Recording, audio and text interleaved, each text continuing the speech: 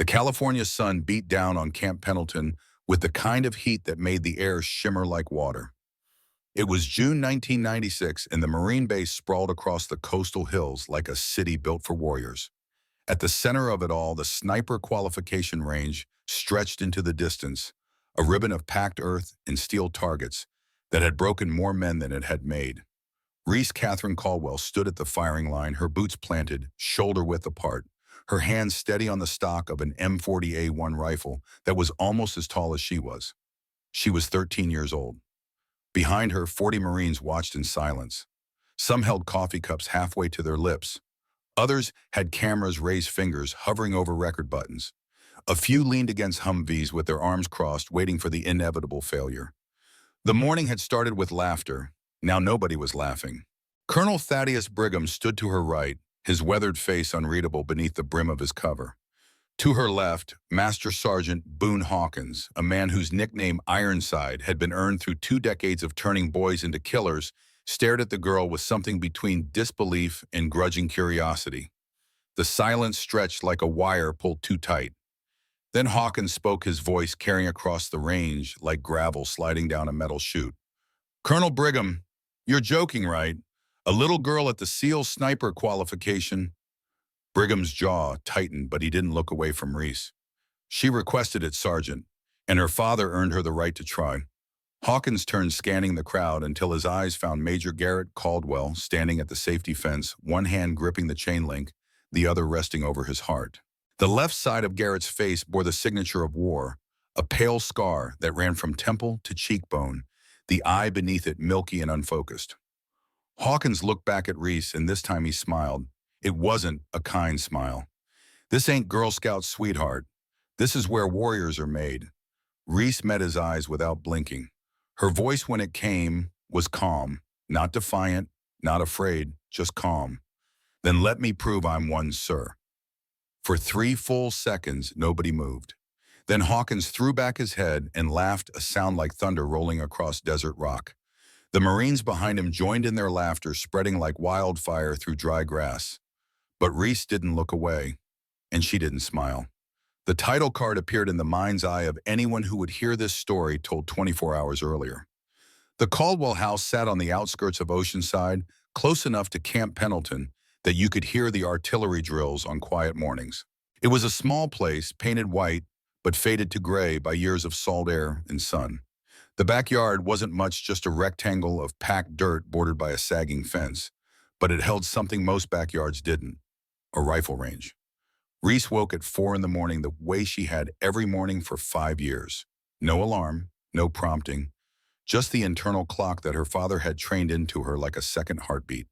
She dressed in silence, pulling on cargo pants and a black tank top, lacing her boots with the precise movements of ritual. By 4:15, she was outside. The air was cool, tinged with the smell of ocean and earth. She moved through her routine without thinking. 50 push-ups, 50 sit-ups, a 2-mile run through the empty streets where only the streetlights watched. By 5, she was back, sweat cooling on her skin, breath steady as a metronome. She cleaned her rifle in the half-light of dawn. The M40A1 was older than she was, a gift from her father when she turned 10. Most people would call that inappropriate. Garrett Caldwell called it necessary. The rifle was a tool, he'd told her, no different than a hammer or a saw. What mattered was the hand that held it and the mind that guided that hand. Reese broke down the bolt assembly with practiced ease, running a patch through the barrel, checking the crown for damage, inspecting the scope rings for any sign of movement. Every action was deliberate, every movement purposeful. This wasn't maintenance. This was meditation. Behind her, the screen door creaked. "You nervous, Ghost?" She didn't turn around. Didn't need to. Her father's footsteps were as familiar as her own heartbeat. "No, sir." Garrett Caldwell moved like a man who had learned to compensate for an injury so long ago that the compensation had become his natural state. He lowered himself into the folding chair beside her workbench, the same chair he'd sat in 1,000 times before. In the growing light, the scar on his face looked like a river carved into stone. "Good," he said. "Nerves make you human, but control makes you dangerous." Reese fitted the bolt back into place, feeling the satisfying click of metal on metal. "How many times have we done this?" she asked. Garrett was quiet for a moment, his good eye distant. 2,347 sessions. Give or take. And how many times have I missed? Doesn't matter how many times you missed Ghost. Matters how many times you got back up and tried again. She turned to look at him, then really look at him. He was 45 but looked older, the kind of aging that came from carrying weight that had no physical form. His hair was shot through with gray. His hands, once steady enough to thread a needle at 100 yards, now trembled slightly when he thought nobody was watching. "You taught me everything," she said quietly. "Every adjustment, every breath, every shot." Garrett reached out and placed a hand on her shoulder, his grip still strong despite the tremor. "I taught you the mechanics, Reese. But what you do with them, that's all you. That's always been you." In the distance, a rooster crowed. The sun was coming up, painting the sky in shades of orange and gold. Reese stood slinging the rifle over her shoulder with the ease of long practice. "I'm ready," she said. Garrett stood two slower joints, protesting. He reached into his pocket and pulled out something small, metal, glinting in the early light. Dog tags. Old ones, the lettering worn almost smooth. "These are from Kafji," he said, pressing them into her palm. "For luck." Reese closed her fingers around them, feeling the warmth of her father's hand through the metal. "You don't believe in luck, Dad." He smiled, sad and proud at the same time. "No, but I believe in you." The drive to Camp Pendleton took 20 minutes. Garrett drove his hands steady on the wheel in the way they only were when he had something to focus on. Reese sat in the passenger seat watching the landscape roll by. Scrub brush and sand, the occasional palm tree, signs that announced distances to places she'd never been. They didn't talk. There was nothing left to say that hadn't been said in 5 years of pre-dawn training sessions and afternoon debriefs. The silence between them was comfortable and the kind that only came from two people who had spent so much time together that words became optional. When they pulled up to the main gate, the guard took one look at Garrett's retired military ID and waved them through without question. The base opened up before them like a small city, all straight lines and purpose-built efficiency. Barracks, motor pools, obstacle courses where young men learned to push past the limits their civilian bodies thought were absolute. And at the far end, past the parade grounds and the rifle ranges, the sniper qualification course. Garrett parked in the visitor lot. For a long moment, neither of them moved. Then Reese spoke. "What if I fail?" Her father turned to look at her, his scarred face serious. "Then you fail with honor." "But you won't." "How do you know?" "Because failure isn't about missing the target, Ghost. It's about not taking the shot." Reese nodded, opened the door, and stepped out into the heat of the morning. She pulled the rifle case from the back seat, its weight familiar and grounding. Together they walked toward the range, father and daughter, moving in step without thinking about it. They could see the gathering before they reached it. Marines, dozens of them, clustered around the range entrance like spectators at a carnival. Word had spread. The little girl who thought she could hang with SEALs. The major's daughter who didn't know her place. As they approached, the conversations died. Heads turned, eyes tracked their movement with the predatory focus of men trained to assess threats and eliminate them. Reese kept her head up, her stride even. She'd learned long ago that showing fear was the same as showing weakness, and weakness invited predators.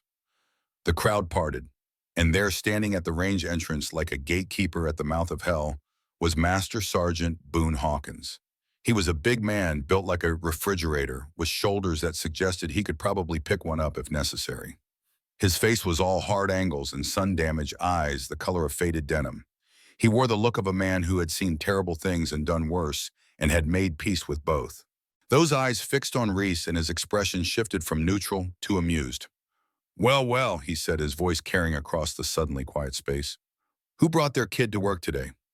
Laughter rippled through the crowd, not mean-spirited exactly, just the easy mockery of men who knew their place in the hierarchy and enjoyed seeing someone below them on the ladder.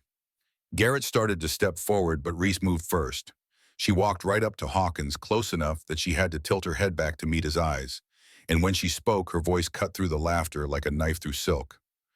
"I'm here for the qualifications, sir." Hawkins blinked, surprised by the directness. Then he grinned a wolf's grin, all teeth and threat. "You're serious?" "Yes, sir."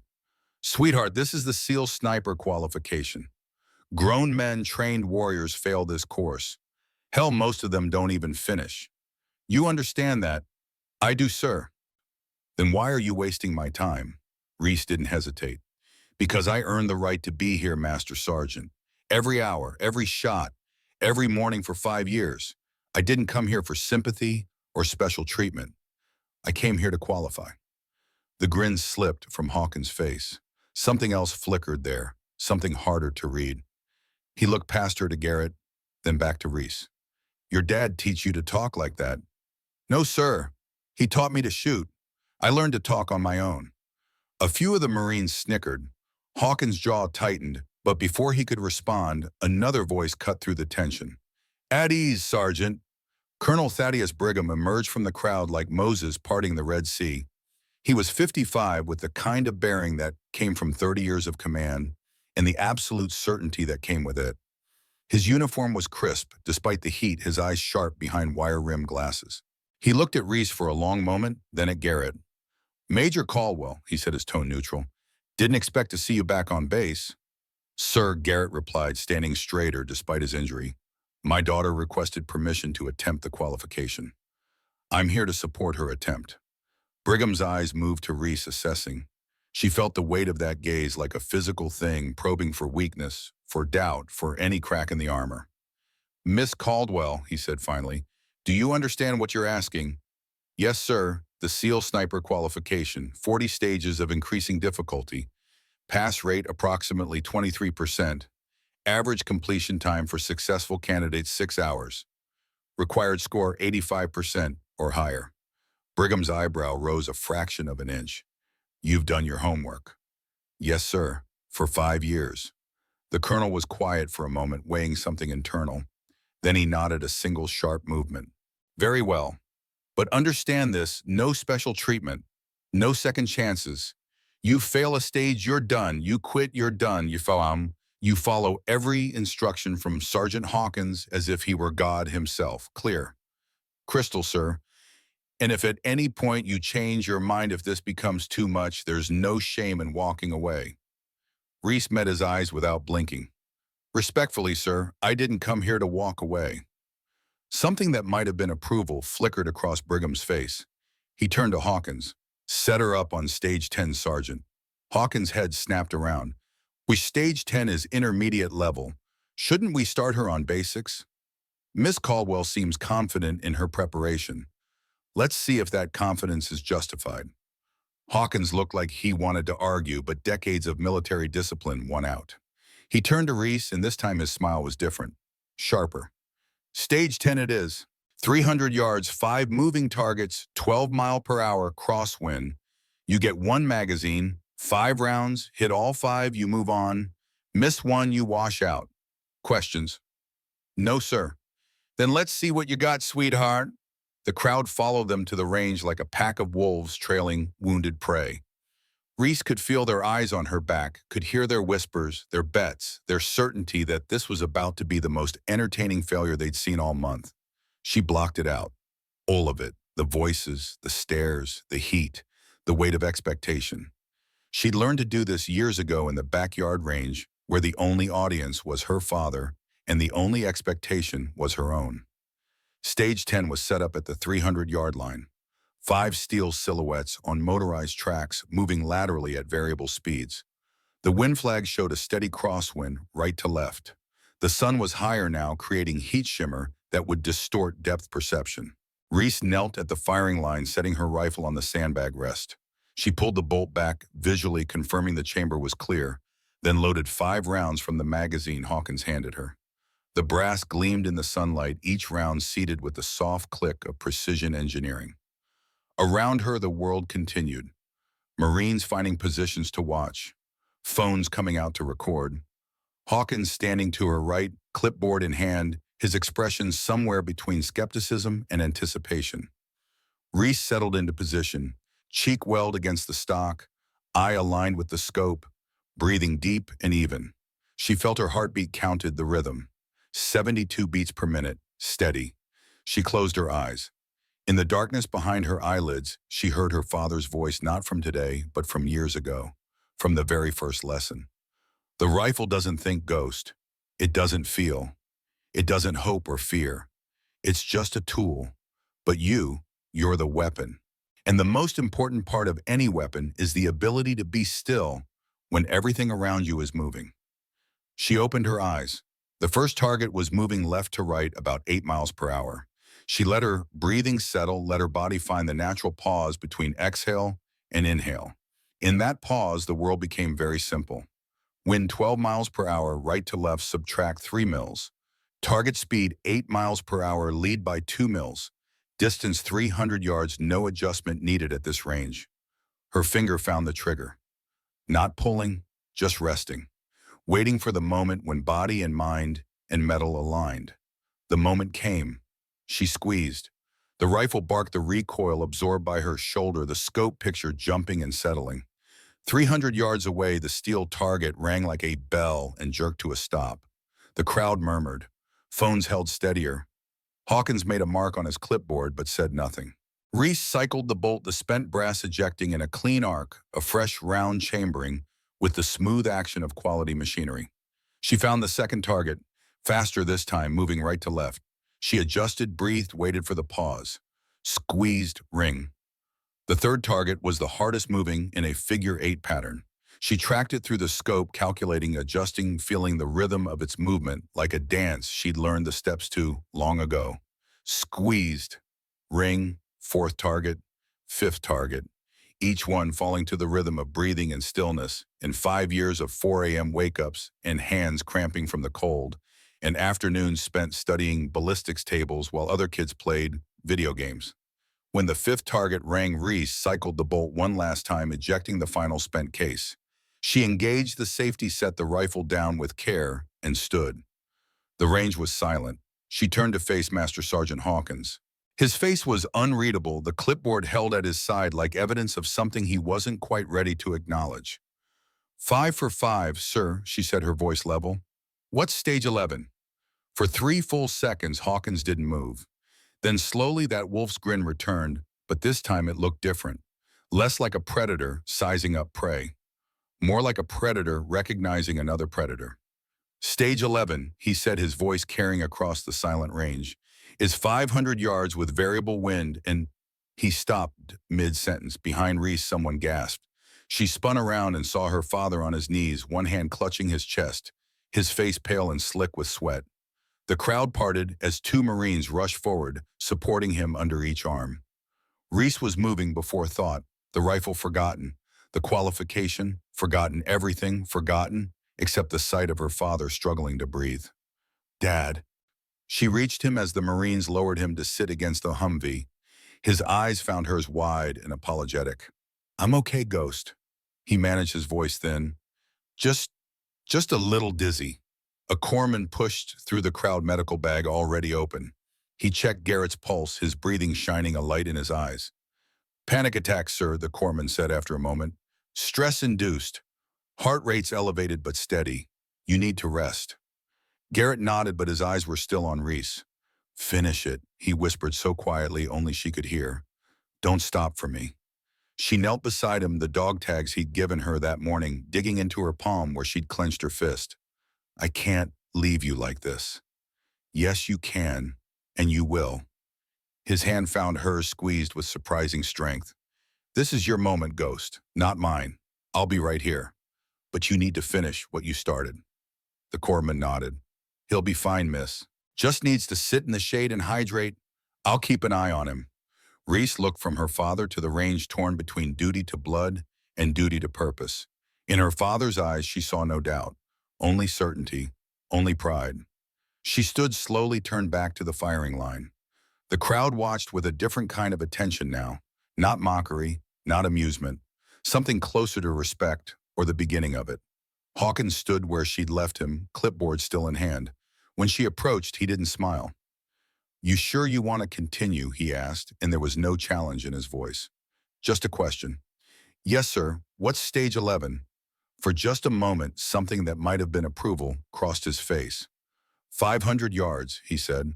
Low light conditions. 3 targets. You have 2 minutes. Roger that, sir. She picked up her rifle, checked the chamber, loaded fresh rounds. Behind her, her father sat in the shade of the Humvee, the corpsman beside him, his good eye tracking her every movement.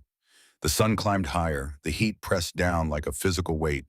Somewhere in the distance, artillery drills thundered the bass notes of American military might, reminding everyone within earshot that this was a place where warriors were forged.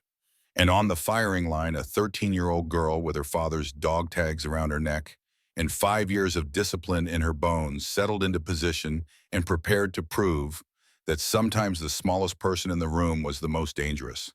The low light panels came down, dimming the targets to shadows. The wind shifted, now gusty and irregular. Hawkins started his stopwatch. "On your time, Caldwell." Reese breathed in, breathed out, found the stillness between heartbeats, and took the shot. Over the next 2 weeks, the impact of that single shot became clear. The enemy forces, suddenly leaderless, fragmented. Their coordinated attacks stopped. Their sophisticated ambushes disappeared. Small groups still operated in the sector, but the organized threat had been decapitated. American casualties dropped to nearly zero. But Kira's work was not done.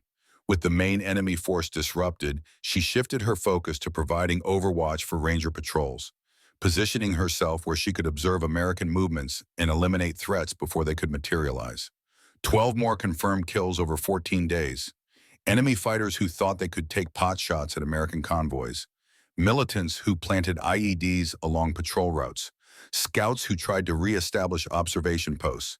Each one eliminated before they could harm a single American soldier. The Rangers started calling her the Ghost, a guardian angel who appeared when soldiers were in trouble, who never missed, who saved dozens of lives and then vanished without a trace. Kira hated the nickname, but understood its necessity. The mystique, the legend, actually helped her mission. Enemy forces became cautious, paranoid about operating in the open. They knew there was a sniper out there somewhere, but they did not know where, when she would strike, or how to stop her. Fear was a weapon, and Kira wielded it effectively. Then everything changed. Day 31, intelligence reported increased enemy communications. Movement in the eastern sector. A new commander had arrived. Abu Rashid, al-Zawrani's deputy, more cautious than his predecessor, more paranoid, and carrying a deep desire for revenge. He brought with him 60 fresh fighters, new weapons, and a fresh tactical plan. The attacks resumed with brutal efficiency. Day 32. Patrol Base Phoenix came under sustained mortar fire, 82mm rounds pounding the compound for 3 hours. The barrage wounded 2 Rangers, damaged 3 vehicles, showed a level of coordination that had been absent since al-Zawrani's death. Kira watched from her overwatch position, counted the impact points, noted the pattern. "They are ranging us," she said to Gray, "testing our defenses, seeing how we respond." "Building a targeting package," Gray agreed. "This is reconnaissance by fire. They will hit us harder next time." Day 33 proved him right. Captain Brennan's team was conducting a routine patrol through Sector 4 when the ambush hit. Different tactics this time. The enemy did not try to pin them in a kill zone. Instead, they used a hit-and-run approach. Quick bursts of fire from multiple positions, then displacement before the Rangers could return effective fire. 1 Ranger killed, 3 wounded. By the time Kira could reposition to provide support, the enemy had already withdrawn. That night, she studied the after-action reports with growing concern. "Rashid is different from al-Zawrani," she said to Gray. "Smarter, more disciplined. He knows we took out his boss with a long-range shot, so he is making sure we cannot do it again." "Everyone makes mistakes eventually," Gray replied. "We just have to be patient and wait for him to make his." But patience proved difficult when the attacks intensified. Day 34, a medical convoy was ambushed on the mountain road leading to the field hospital. 3 ambulances, 2 Humvee escorts, 8 wounded soldiers being transported for treatment. The enemy hit them hard. The call came in at 1100 hours. Kira and Gray were at their quarters when the radio crackled to life. "Any shadow element, this is Falcon 2-3. We are taking heavy fire on Rote Silver. Multiple casualties, request immediate support." Kira grabbed her rifle. Gray grabbed his spotting scope and rangefinder. They were in their vehicle and moving within 90 seconds. The ambush site was a nightmare. A narrow mountain pass with cliffs on one side and a steep drop on the other. The enemy had disabled the lead vehicle with an RPG, blocking the road, then opened fire from elevated positions on both sides. When Kira and Gray arrived at a ridgeline overlooking the ambush site, the situation was critical. Two medics were pinned down next to an overturned ambulance, trying to shield their patients from incoming fire. The Humvee gunners were returning fire, but they could not identify the enemy positions in the rocky terrain. "I count at least 15 hostiles," Gray said, scanning through his spotting scope. "Multiple fighting positions in the rocks. Range varies from 400 to 600 meters." Kira settled behind her rifle, began working through the targets systematically. The first was an enemy fighter with an RPG, preparing to fire at the remaining ambulances. She took him as he lifted the launcher to his shoulder. The rocket fell from his dead hands and tumbled down the cliff face. Her second target was coordinating the ambush, speaking into a radio while directing fire. He was partially concealed behind a boulder, only his head and shoulders visible. Kira put a round through his exposed chest. The radio went silent. She moved through the enemy positions like a reaper harvesting souls. A machine gunner who had been suppressing the convoy. A sniper who had wounded one of the Humvee drivers. 3 fighters preparing to rush the disabled ambulance. Each fell with mechanical precision. Kira's shots timed to catch them in moments of vulnerability. The enemy force realized they were being hunted. Some tried to flee, scrambling up the rocky slopes. Others went deeper into cover, trying to hide from the invisible killer. Neither strategy saved them. Kira tracked the fleeing fighters through her scope, leading their movement, firing when they thought they were safe. The ones who hid she marked and waited for. Patience rewarded when they eventually had to move or expose themselves to check on their fallen comrades. In 8 minutes, she had eliminated all 15 attackers. The convoy was saved, the wounded soldiers secured, the road cleared for extraction. But Kira took no satisfaction in the victory. 15 more lives on her conscience. 15 more faces to see when she closed her eyes at night. "Good shooting," Gray said quietly. He understood what she was feeling, had felt it himself in Desert Storm. "You saved a lot of lives today." "I know," Kira replied. "Does not make it easier." They displaced from the ridgeline, heading back to Phoenix. Behind them, the medical convoy continued its journey. 8 wounded soldiers who would live to see another day, because she had been watching. That night, intelligence reported a disturbing development. Enemy radio intercepts had picked up specific references to the American sniper. Rashid was not just aware of her existence. He was actively working to counter her. 3 enemy snipers had been identified, operating in the northern sector, all equipped with Dragunov rifles, all tasked with one mission: find the ghost and kill her. "Tables turned," Gray said, reviewing the intelligence summary.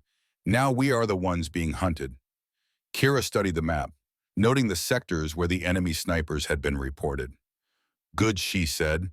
"Predators make mistakes when they think they are hunting." Day 36 dawned clear and hot. Kira and Gray established an observation post on a rooftop overlooking Sector 2. Intelligence suggested one of the enemy snipers was operating in this area. They waited. Sniper work was a chess match. Move and countermove, patience and discipline. The first one to make a mistake usually died. At 1400 hours, a ranger patrol moved through the street below. Standard 4-vehicle convoy. Routine security sweep. Kira watched through her scope, scanning the buildings ahead of the patrol. There, 4th floor window, slight movement of curtain. The angle was wrong for wind. Someone was in that room, watching the patrol. "Possible enemy sniper," Kira whispered. 680 meters, minaret at 2 o'clock. Gray acquired the position through his spotting scope. "I see it." Curtain moved again. "Someone is definitely there." They watched, waited. The ranger patrol passed beneath the window, continued down the street. Nothing happened. The enemy sniper had discipline. He was not taking a shot at a hardened target. He was waiting for something easier, softer. 6 hours passed. Kira remained motionless behind her rifle, Gray beside her with the spotting scope, both of them watching that window with the patience of stone. At 2000 hours, as the sun began to set, another patrol appeared, smaller this time. Just 2 Humvees, moving slower. The curtain moved again. This time a rifle barrel appeared, the distinctive profile of a Dragunov SVD, 7.62 millimeter. Effective range 800 meters. The enemy sniper was preparing to fire. Kira settled her crosshairs on the window. The target was partially concealed. She could see the rifle, part of a shoulder, but not enough for a clean shot. She waited. The Ranger patrol moved closer. The enemy sniper adjusted his position, leaning forward to get a better angle. For 2 seconds, his head and upper torso were visible in the window. Kira fired 685 meters through a window opening no larger than 18 inches. The enemy sniper jerked backward. His rifle clattered to the floor. The Ranger patrol below never knew how close they had come to losing someone. Hit, Gray confirmed. Target down. Hell of a shot. They displaced immediately. Standard operating procedure. Never stay in one position after engaging. One enemy sniper eliminated. 2 more out there somewhere. Day 38 brought the second encounter. Intelligence had pinpointed the likely operating area of enemy sniper number 2. Sector 5. Urban environment. Lots of building. Perfect terrain for a sniper. Kira and Gray moved into position before dawn, establishing a hide in an abandoned apartment building. 3rd floor. Good fields of fire in multiple directions. The enemy sniper revealed himself through his own cleverness. He had set up a mannequin in a window, dressed it in military-style clothing, positioned it to look like a sniper. The decoy was good. Very good. To the untrained eye, it looked exactly like someone watching the street below. But Kira was not untrained. She studied the figure through her scope, noted the complete lack of movement, no adjustment of position, no shift of weight, no scanning with optics. Mannequin, she said to Gray. 2nd floor window at 4 o'clock. He is trying to draw us out. So where is he really, Wapam? Kira scanned the surrounding buildings, looking for the things most people would not notice. There, a glint of reflected sunlight. 3rd floor, different building. 40 meters to the left of the decoy. Someone was up there, watching the mannequin, waiting for an American sniper to take the bait. Got him, Kira said. 712 meters, 3rd floor, southwest corner. She could not see him clearly. The position was too good, but she could see the faint reflection off his scope lens.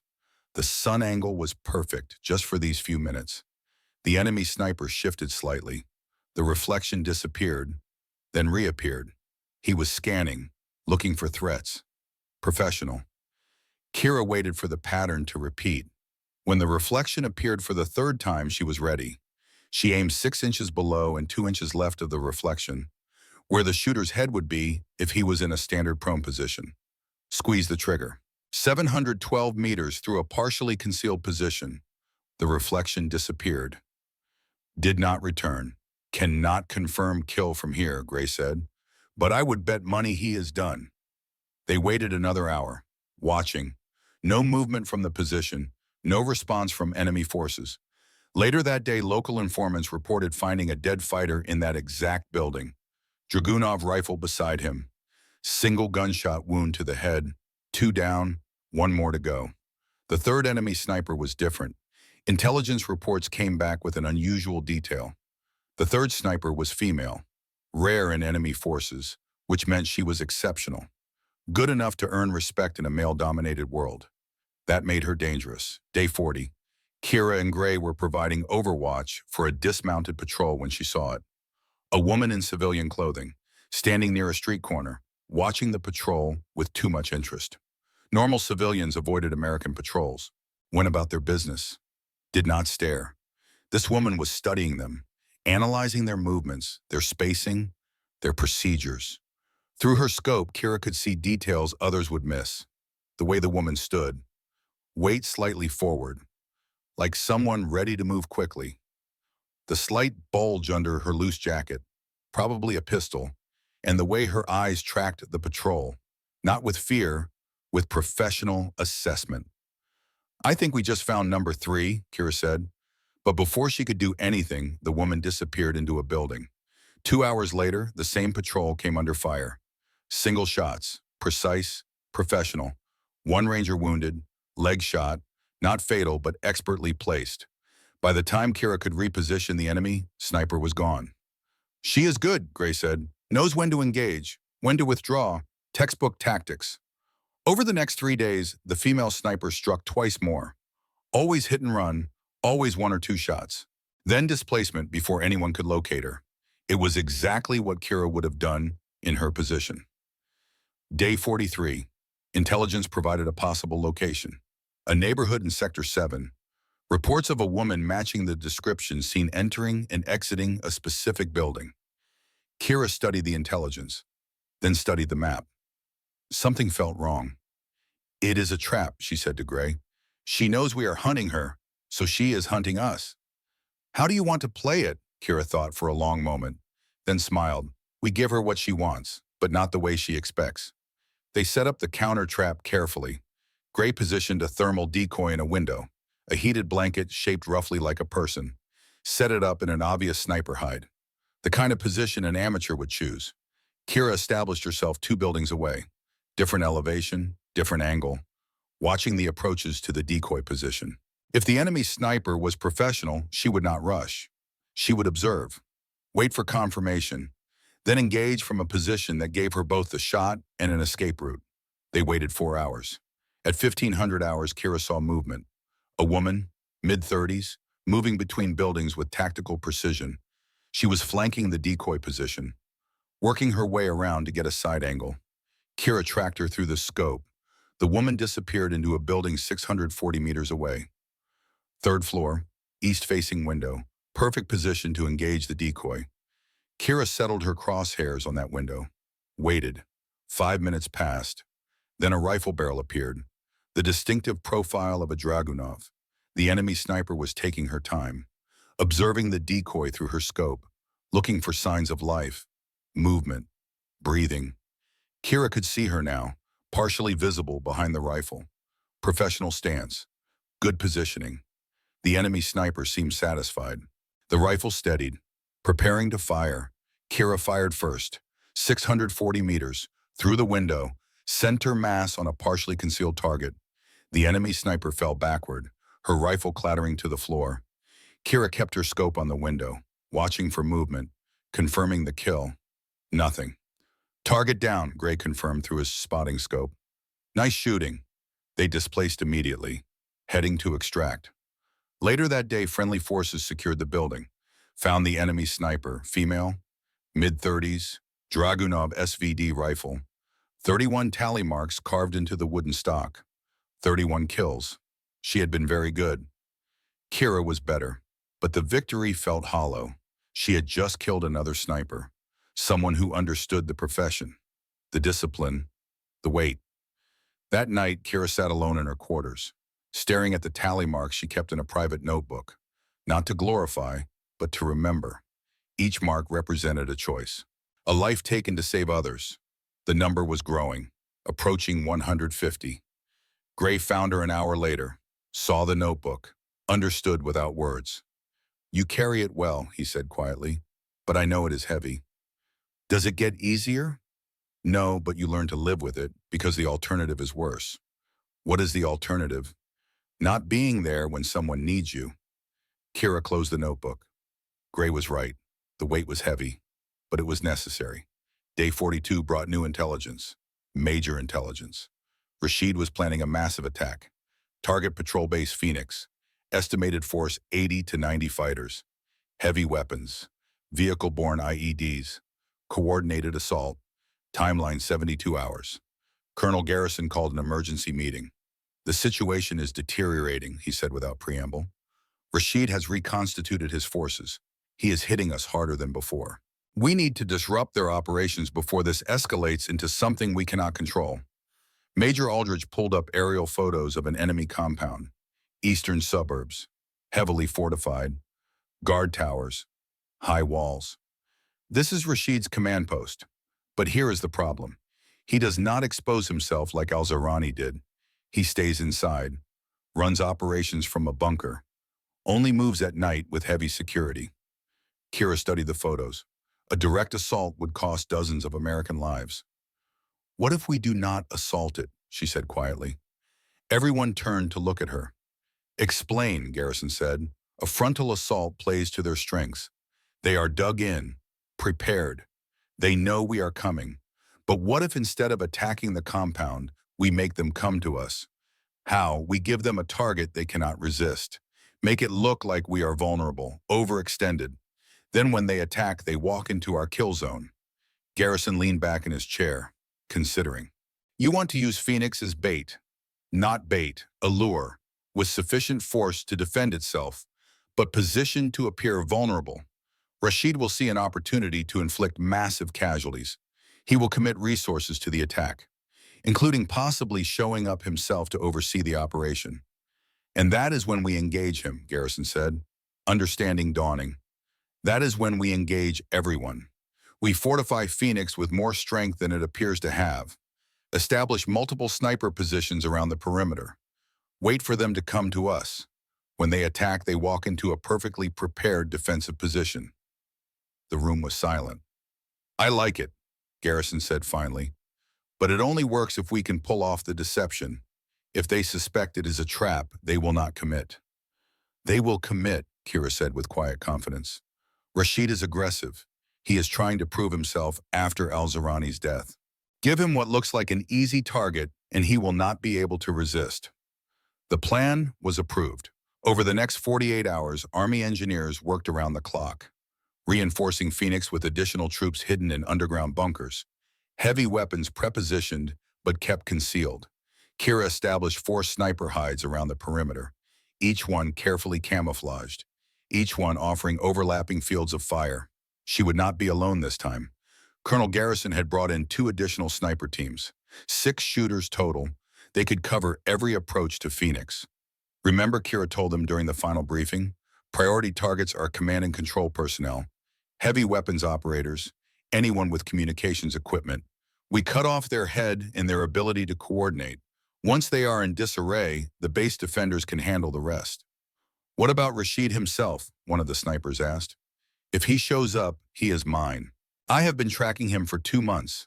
I know his patterns, his habits. If he is there, I will find him. The trap was set. Now they just had to wait. For 3 days, nothing happened.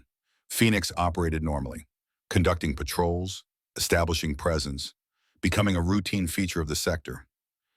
Enemy scouts observed it, undoubtedly reporting back to Rashid about this American position. Day 45, midnight. Kira was in her primary sniper hide, a warehouse 720 meters from Phoenix. She had been there for 14 hours. Watching, waiting. Gray was beside her and calling wind and temperature every 30 minutes, keeping her sharp. Coffee, he offered. Thanks. The coffee was cold, strong, perfect for staying alert through the long night. Kira pressed her eye to the scope, scanned the approaches to Phoenix one more time. Nothing yet. At 0200 hours, intelligence reported increased enemy communications, movement in the eastern sector. They were coming. Kira's radio crackled to life, coded transmission from Garrison. All shadow elements, this is Overlord. Stand by. Based on enemy communications, attack is imminent. Estimate 60 to 90 hostiles with possible heavy weapon support. Kira's heart rate remained steady, 52 beats per minute, her breathing calm, 4 breaths per minute. This was what she had trained for, what she had prepared for. When the Rangers whispered for a miracle in the darkness, she would answer. With precision, with skill, with purpose. The first mortar round whistled overhead, impacted inside Phoenix with a flash of orange light. The battle had begun. 48 hours after Reese Caldwell broke the Seal Cold Bore record, Camp Pendleton held a ceremony that would never make the news. This was 1996, before viral videos and internet fame, before every moment needed to be broadcast to the world. There were no television cameras, no reporters with microphones. Just 200 Marines standing in formation on the parade ground, the American flag snapping in the Pacific wind, and the weight of tradition pressing down like the hand of God. Reese stood at attention in clothes her mother had bought specifically for this day. Khaki pants that were slightly too long, a white button-down shirt that felt stiff and foreign after 10 hours in a sweat-soaked tank top. Her boots were the same ones she'd worn on the range, cleaned until the leather shone like black glass. Her father stood beside her in his dress uniform, the ribbons on his chest telling stories he rarely spoke aloud. Colonel Thaddeus Brigham stood at the podium, his voice carrying across the assembled formation with the clarity of 30 years giving orders. In 3 decades of service to the Marine Corps, he began, I have witnessed excellence in many forms. I have seen men push past limits they thought were absolute. I have seen courage under fire that defied explanation. I have seen sacrifice that brought hardened warriors to tears. He paused, his eyes finding Reese in the front row. But what I witnessed 3 days ago was different. Not because it was more courageous or more sacrificial than what I've seen before, but because it reminded me of something I had forgotten. That excellence has no age requirement. That discipline recognizes no gender. That the willingness to face impossible odds and the skill to overcome them can live in the smallest package. The formation was silent. 200 men who had learned to stand still in the face of anything now stood motionless as statues. Miss Reese Caldwell came to this base and asked for the right to attempt the SEAL sniper qualification. Many of us, myself included, had doubts. We see a 13-year-old girl and we make assumptions. We think we know what's possible and what isn't. Brigham stepped down from the podium, walked to where Reese stood and stopped in front of her. Miss Caldwell didn't just pass the qualification. She didn't just meet our standards. She exceeded them. She broke records held by men with twice her age and 10 times her experience.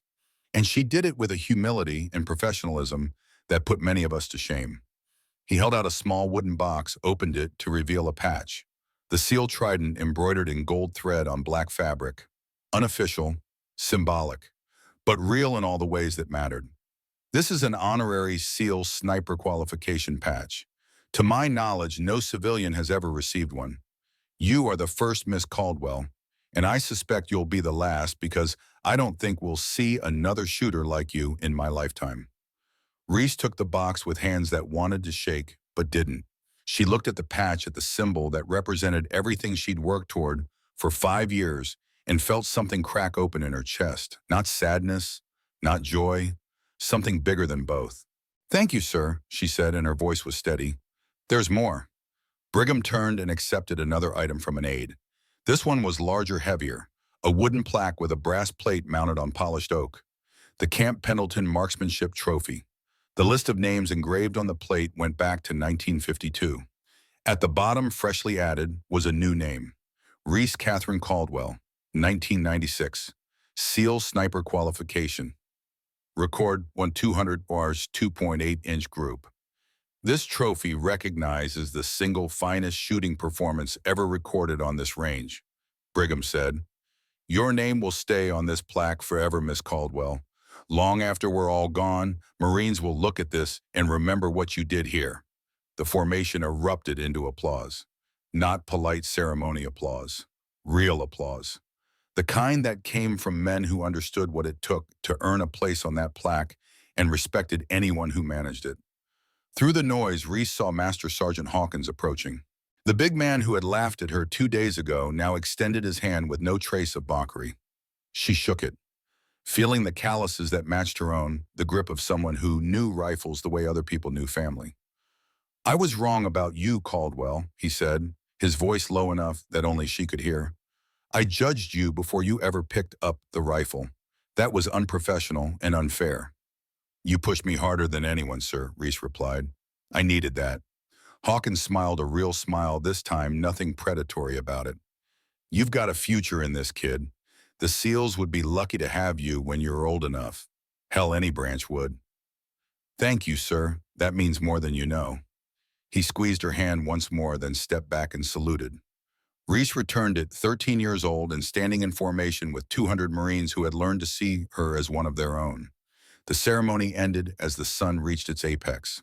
Marines dispersed back to their duties, back to the endless cycle of training and preparation that defined military life. Reese stood with her father and mother in the shadow of the headquarters building, the trophy and the patch held carefully in her hands. Sarah Caldwell had watched the entire ceremony from the family section, her face a mixture of pride and worry that only a mother could wear. She approached now, placing a hand on Reese's shoulder. "You were amazing up there, sweetheart," she said softly. "Your father and I are so proud." But her eyes, when they met Garrett's, held a question that had been building for weeks. What happens now? What happens to a 13-year-old girl who just became famous for something most grown men can't do? Garrett saw the question.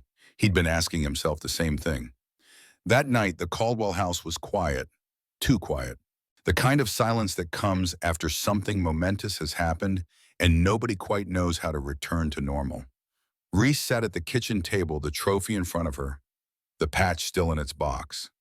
She traced the engraved letters of her name with one finger over and over, as if the repetition could make it feel real.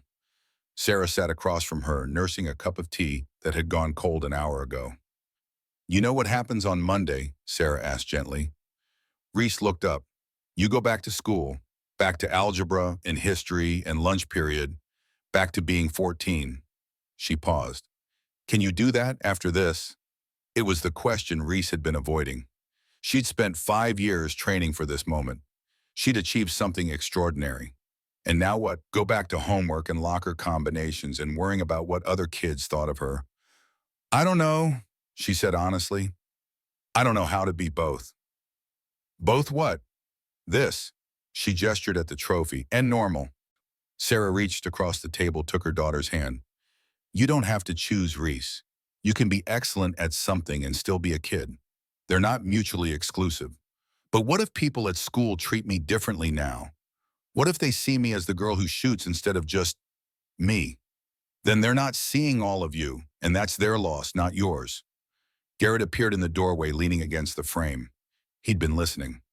"Your mother's right, Ghost. What you did at Camp Pendleton doesn't define you. It's just one part of who you are. A big part, sure, but not the only part." Reese wanted to believe them, but the weight of the trophy felt like more than brass and wood. It felt like expectation, like a future that had been decided for her whether she'd chosen it or not. She went to bed that night with the patch on her nightstand, staring at it in the darkness, wondering if she'd made a mistake. Wondering if being good at something meant you had to build your whole life around it. The answer, when it came, would be harder than any shot she'd ever taken. Over the next 2 weeks, Reese tried to return to normal. She went to school, did her homework, sat with friends at lunch. But word had spread. The local newspaper had run a story. Oceanside teen breaks military shooting records. Her classmates looked at her differently now. Some with awe, some with suspicion, most with a distance that said she'd crossed into territory they couldn't follow. A boy she'd known since elementary school approached her locker one morning. "Is it true about the Marines?" "Yeah," Reese said, spinning her combination. "It's true. That's weird." "Weird how?" He shrugged, uncomfortable. "I don't know, just weird. Girls don't usually do that stuff."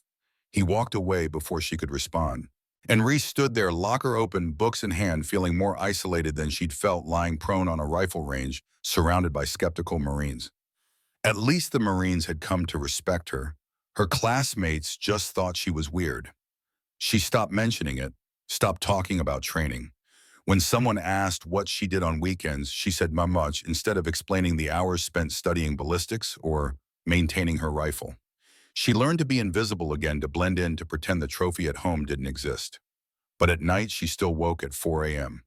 Body memory from 5 years of training. And she'd lie in bed staring at the ceiling, wondering why excellence felt so lonely. 2 weeks after the ceremony, Garrett collapsed at the kitchen table. Sarah called 911. Reese held her father's hand while they waited for the ambulance, feeling his pulse flutter like a bird trying to escape a cage. His face was gray, his breathing shallow. The eye that had been damaged in Kuwait seemed cloudier than usual, as if the injury was spreading inward. "I'm okay, Ghost," he managed, "just tired." But the paramedics' faces said otherwise. And when they loaded him onto the stretcher, Reese saw something in her mother's eyes that made her stomach drop. Fear. The Veterans Affairs Hospital in San Diego smelled like disinfectant and old coffee. Fluorescent lights hummed overhead, casting everything in a sickly yellow glow. Reese sat in a plastic chair outside the examination room, her mother beside her, both of them waiting for words they already knew were coming. When the doctor emerged, his face told the story before his mouth did. "Mrs. Caldwell." "Miss Caldwell, I need to speak with you about Major Caldwell's condition." They followed him to a consultation room. White walls, a desk with pamphlets about hospice care and veterans benefits. The doctor gestured for them to do the same. "Your husband's cardiovascular system is severely compromised. The stress from his war injuries combined with the recent episode at Camp Pendleton And the collapse this morning has accelerated a deterioration we've been monitoring for several years. Sarah's hand found Reese's squeezed hard enough to hurt. The damage to his heart is extensive. Scar tissue from the initial trauma, arterial weakness, and now signs of heart failure. How long? Sarah's voice was barely a whisper. The doctor hesitated. With aggressive treatment, possibly 6 months. Without it, weeks, maybe days. But I need to be clear, Mrs. Caldwell. The treatment would be painful, invasive, and would likely only prolong suffering without changing the outcome. At this stage, the kindest thing might be to focus on comfort rather than cure. The room tilted. Reese felt the floor drop away beneath her feet, even though she was sitting down. 6 months, weeks, days. Numbers that had always seemed abstract suddenly became the most concrete things in the world. "Can we see him?" Reese heard herself ask. "Of course, but I should prepare you. He's weak, confused at times. The oxygen deprivation during the collapse may have caused some cognitive impairment. He may not always recognize you." They went to his room. Garrett lay in the hospital bed, smaller somehow than Reese had ever seen him. The machines around him beeped and hissed, measuring the slow decline of a body that had already given more than it had to give. He opened his good eye when they entered. For a moment, there was no recognition. Then clarity returned like clouds parting. "Hey, Ghost. Hey, Sarah. You two look like you've seen a ghost yourselves." His voice was thin, reedy, so different from the command voice that had guided Reese through 5 years of training. Sarah went to him, took his hand, pressed it to her cheek. She was crying silently, tears streaming down her face without sound. Reese stayed near the door, unable to move, unable to process the fact that the strongest person she'd ever known was lying in a bed he'd never leave. "Come here, sweetheart," Garrett said, patting the edge of the bed. Reese moved on autopilot, sat where he indicated, took his other hand. "Doctor tell you?" he asked. She nodded, not trusting her voice. "Good. Don't want any lies between us. Not now. Dad, Shh, listen. I don't have a lot of time and I need you to hear something." His grip tightened, surprising strength in those trembling fingers. "What you did at Camp Pendleton. That record. That patch, all of it. I'm proud, Ghost. Prouder than I have words for. But I need you to understand something." He paused, gathering strength. "I didn't train you to be a shooter. I trained you to be steady. The rifle was just the tool I had. Could have been anything. Could have been music or math or running. Didn't matter. What mattered was teaching you that you could choose discipline over impulse, calm over chaos, that you could look at something impossible and make it possible through patience." Reese felt tears building, fought to keep them back. "You think I trained you to carry on my work, to be the shooter I couldn't be anymore. But that's not it.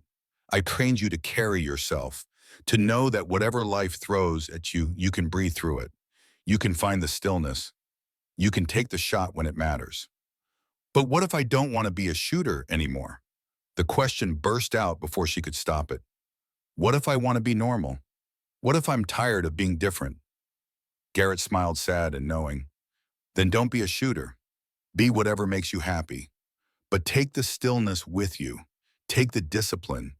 Take the knowledge that you can do hard things. That's what I gave you. Not a career, a way of being." Sarah was sobbing openly now. Reese felt her own composure cracking. "I'm scared, Dad." "Me too, sweetheart. Me too." "What do I do after?" Garrett was quiet for a long moment. "You live. You find what matters to you, not what matters to me or the Marines or anyone else. You live as fully as you can for as long as you can. And when life gets hard, when you feel lost, you remember how to breathe, how to be still, how to find the pause between heartbeats." He reached to the bedside table with his free hand, picked up something wrapped in brown paper. He'd been saving it for this moment. "Open it." She unwrapped the package carefully. Inside was a leather-bound book, worn and stained, the pages yellowed with age. She opened it and saw her father's handwriting, from years ago, notes and calculations and observations from his scout sniper training in 1889. "Every lesson I learned is in there," Garrett said. "Ballistics tables, wind reading techniques, mental exercises for staying calm. But more than that, it's got observations about life, things I figured out about fear and discipline and what it means to be steady when nothing else is." Reese turned the pages, seeing her father's younger self in every note, every carefully drawn diagram. The last 20 pages are blank, he continued. Those are for you, your lessons, your observations, your story. What if I don't know what to write? You will. When you're ready, you'll know. Over the next week, Reese lived in two worlds. School during the day, hospital at night, homework at the cafeteria table, vigil at her father's bedside. The dissonance was crushing. How do you solve for X when your father is dying? How do you care about the Civil War when you're losing your own war at home? Her grades slipped. Her friends stopped trying to include her. The trophy sat on her shelf gathering dust. The rifle stayed in its case. Sarah tried to keep things normal. Cooked dinner, did laundry, maintained routines. But her eyes were hollow, her movements mechanical. She was preparing for widowhood and everyone could see it. On the eighth night, Garrett was lucid enough for a real conversation. Sarah had gone to get coffee, leaving father and daughter alone. Ghost, I need to tell you the whole truth about CAFG. Reese sat up straighter. They'd talked about Kuwait before, but always in broad strokes, never details. You know the shot, the 12 Marines, the shrapnel. Yes, but I never told you what happened right before. His good eye was distant now, seeing across years and miles to a desert he'd left behind, but never truly escaped. There was a young Marine, 20 years old. Name was Phillips. He'd joined my unit 2 weeks earlier. Green as grass, scared out of his mind. And when the ambush started, when the enemy sniper had us pinned, Phillips froze, just completely locked up. Garrett's voice was soft, remembering. I could have taken the shot immediately. Should have. But Phillips was in my line of fire, and he was too terrified to move. So I had a choice. Take the shot and risk hitting Phillips, or wait and risk those 12 Marines. What did you do? I talked to him while bullets were flying, while men were dying. I talked Phillips down, told him to breathe, to move on my count. It took 45 seconds. 45 seconds of watching those Marines get pinned down tighter and tighter. But you got the shot. I did. Phillips moved. I fired, hit the target, saved 12 lives. But in those 45 seconds, I made a choice that still haunts me. What choice? I chose one scared kid over 12 experienced Marines. And I don't know if that was right or wrong. I just know it was human. Reese understood then. Her father wasn't just telling her a war story. He was telling her that the hardest shots weren't about distance or wind. They were about choices that had no good answer. The freeze you had at stage 15, Garrett continued, when you couldn't tell if you'd hit the civilian. That wasn't failure, Ghost. That was you being human enough to care about the choice. And that matters more than any record. Sarah returned with coffee and the conversation shifted to lighter things. But the lesson remained. Shooting wasn't about perfection.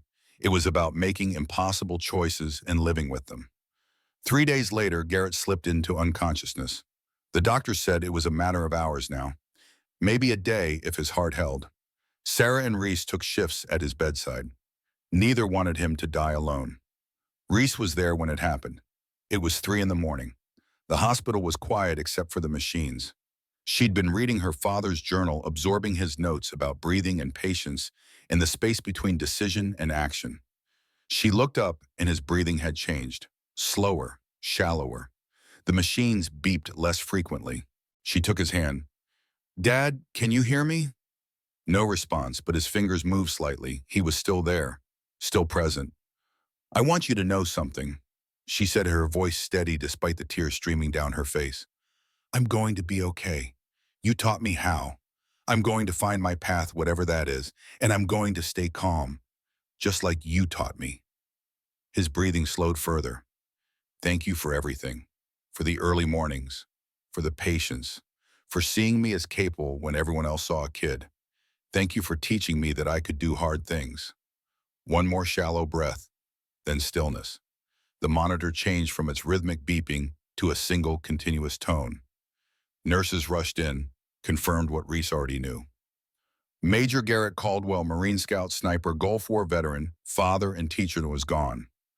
Reese sat with him for another hour, holding his hand as it grew cold, whispering goodbyes she'd never fully prepared to say. When Sarah arrived, Reese stood and let her mother have time alone.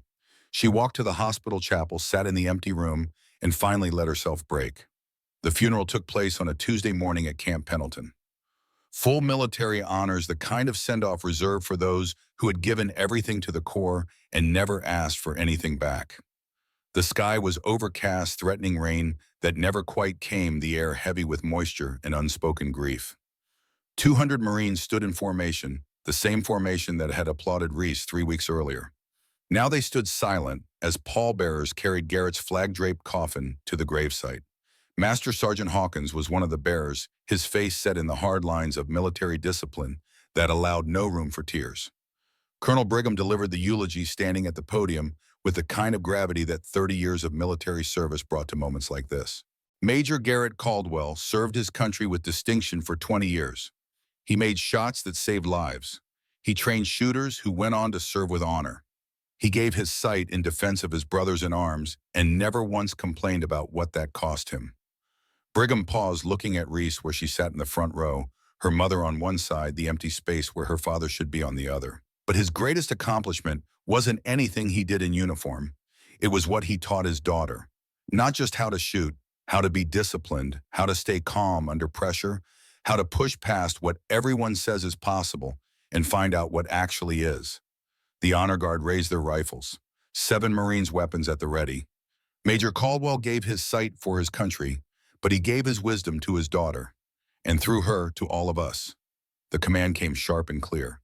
Ready, aim, fire. The first volley echoed across the cemetery like thunder. Reese flinched despite herself. 7 rifles speaking in unison, the sound of military farewell. Ready, aim, fire. The second volley. Reese felt each shot in her chest, felt them echo through her bones, the way her father's lessons had echoed through 5 years of training. Ready, aim, fire. The third and final volley. 21 shots total. The last honors for a warrior who had earned them in blood and sacrifice, in the quiet determination to be better than circumstance allowed. A bugler played taps. The mournful notes drifted across the cemetery, each one a goodbye that would never quite be final. 2 Marines folded the flag that had covered the coffin, precise movements that turned cloth into a perfect triangle. They presented it to Sarah, who accepted it with shaking hands. But Sarah immediately turned and gave it to Reese. He would have wanted you to have this, sweetheart. Reese took the flag, felt its weight, felt the weight of everything it represented. Her father's service, his sacrifice, what he'd built and then given to her. She stood, walked to the coffin, and placed her hand on the polished wood. In her pocket was the dog tags he'd given her before the qualification. She pulled them out, held them for a moment, then set them on the coffin beside a small wreath of white flowers. "I'll make you proud, Dad," she whispered. "I promise." The gathering dispersed slowly. Marines offering condolences in the gruff, awkward way of men who dealt with death professionally but grief personally. Hawkins approached last, stood beside Reese for a long moment without speaking. "Your old man was one of the best," he said finally. "He trained you right. Honor that by living well." "I will, sir." He nodded, then surprised her by pulling something from his pocket, a small wooden box. "This is from the Scout Sniper Association. It's called a hog's tooth. We give it to snipers who've proven themselves in the field. Your father earned his in Kuwait. We want you to have one too, for what you did on that range." He opened the box. Inside, nestled in velvet, was a spent rifle cartridge, brass polished to a mirror shine. "You earned this the same way he did, through skill, discipline, and heart. Welcome to the Brotherhood, Caldwell." Reese took the box, her vision blurring with fresh tears. "Thank you, sir. This means everything." 3 months passed. Reese returned to school, but she was different now. Quieter, more distant. The girl who had broken Marine records felt like someone else, someone from a different lifetime. She stopped training. The rifle stayed in his case, gathering dust. The backyard range grew weeds. When classmates asked about her father, she gave short answers and changed the subject. Sarah worried. She saw her daughter withdrawing, saw the light fading from her eyes, but didn't know how to help. Grief had its own timeline, its own process. All she could do was be present and wait for Reese to find her way back. September arrived with cooler temperatures and the promise of autumn. Reese turned 14 in a quiet celebration that felt hollow without her father there to make his traditional terrible birthday jokes. She went through the motions.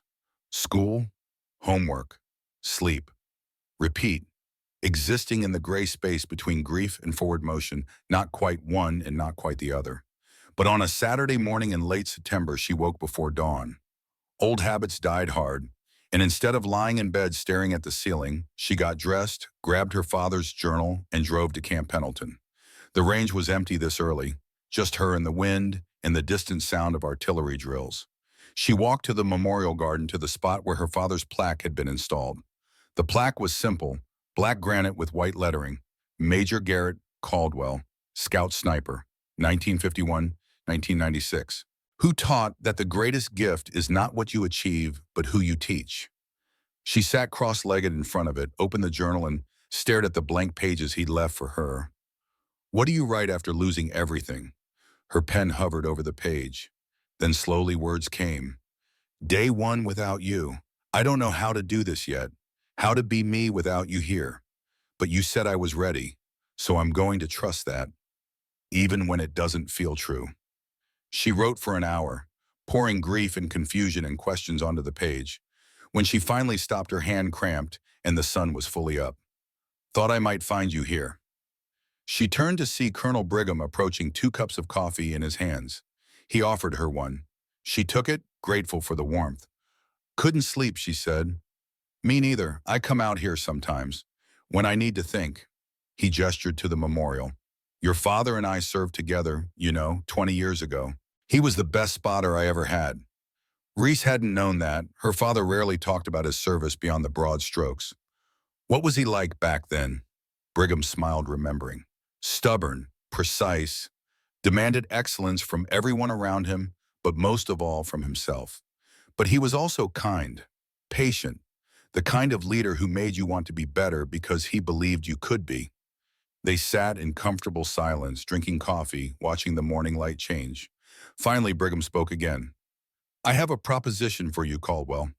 Sir, we want you as a junior marksmanship instructor, teaching basic rifle skills to new recruits. Weekends only, so it doesn't interfere with school. You'd be the youngest instructor in Marine Corps history. Reese looked at him, surprised. I'm 14, sir. I should be in school doing normal kid things. You'll still do those things, but you have knowledge worth sharing. And frankly, I think your father would want you to pass it forward. She thought about it, about standing at a firing line, about teaching, about carrying forward what had been given to her. I have one condition, sir. Name it. I teach them what my dad taught me, that the rifle doesn't make you dangerous. Discipline does. That shooting isn't about power. It's about staying calm when everything else is chaos. Brigham smiled. I wouldn't have it any other way. Think about it. When you're ready, let me know. He left her there alone with the memorial and her thoughts. Reese looked down at the journal in her lap at the words she'd written. Then she turned to a fresh page and wrote one more thing. Day one without you. I'm going to teach. Not because I have to, because I want to, because you showed me that what we learn only matters if we share it. I'm ready, Dad, or at least I'm going to try to be. She closed the journal, stood, and placed her hand on the memorial one more time. Thank you, she whispered, for everything. 6 months later, on a clear April morning in 1997, Reese Caldwell stood before 15 Marine recruits on the basic rifle range. She'd grown taller in the months since her father's death. Her voice had gotten stronger, but the humility remained, the quiet certainty that came from knowing what mattered and what didn't. The recruits ranged in age from 18 to 22.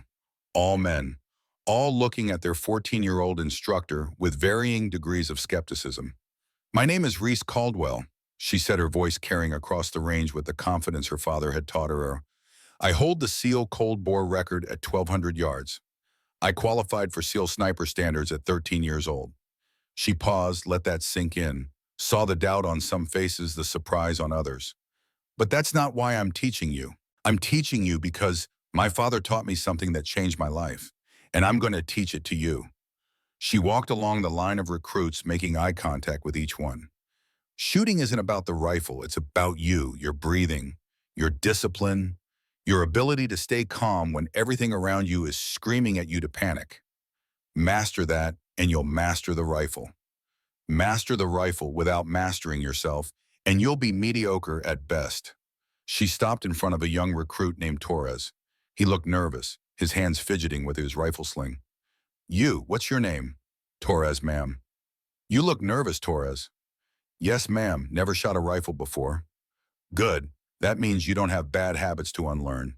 Come with me. She took him to the 100-yard line, set up a target, handed him a rifle.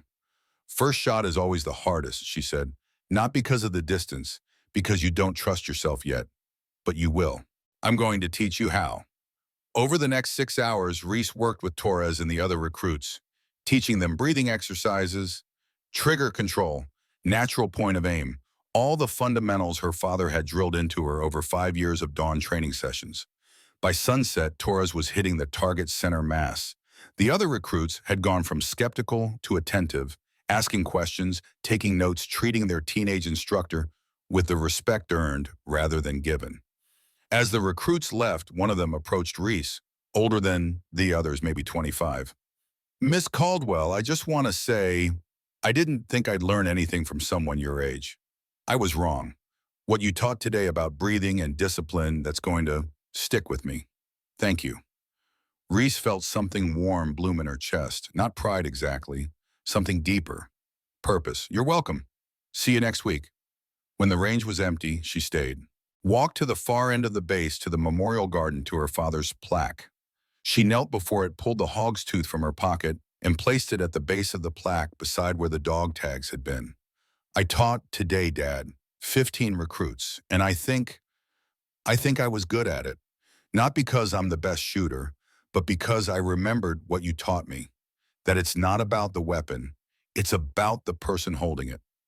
The wind moved through the memorial garden, rustling the trees.